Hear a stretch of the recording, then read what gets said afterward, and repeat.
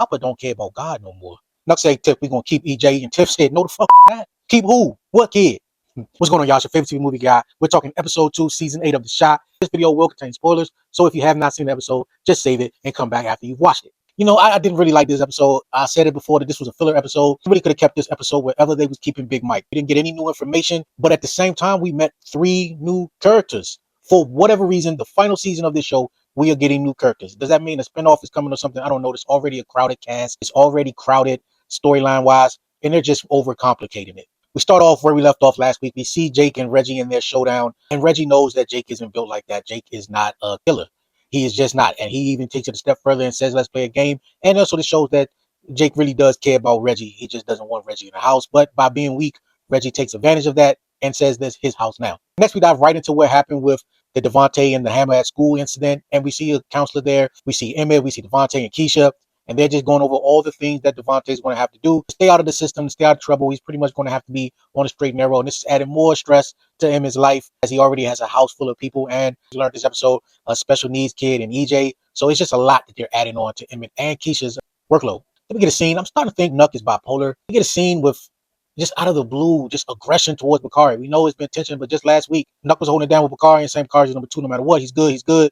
And now we're getting aggression and, oh, I'll kill you. That's what you think. Like, can this just be over already? I mean,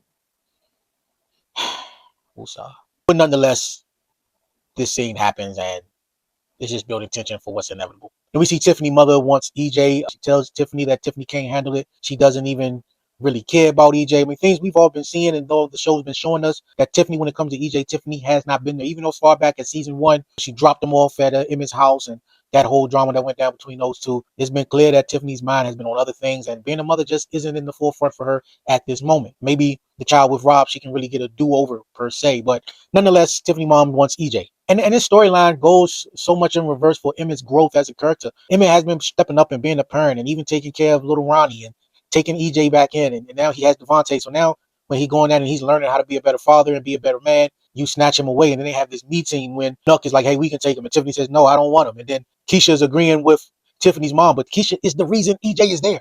But nonetheless, Keisha doesn't put up a fight for EJ either because Devontae needs so much attention now that he's in trouble. See the lawyer meet up with Nora. And Nora confirmed Shaw's story that he was there with her the whole night. And she's willing to write a statement. And she even says that it was Rosalind Perry, Candy, that paid her off to change her story. Now, this didn't make sense to me on many levels because nobody would have looked at Rosalind for Alicia's death. We didn't even know where Rosalind came from the last season. She just popped up out of nowhere. We forgot all about Rosalind avenging Duda's death when she didn't even like Duda. They weren't even married except for on paper. Now, when the police wouldn't even been looking for her, wouldn't even have cared to even try to find her, didn't even have any shred of evidence.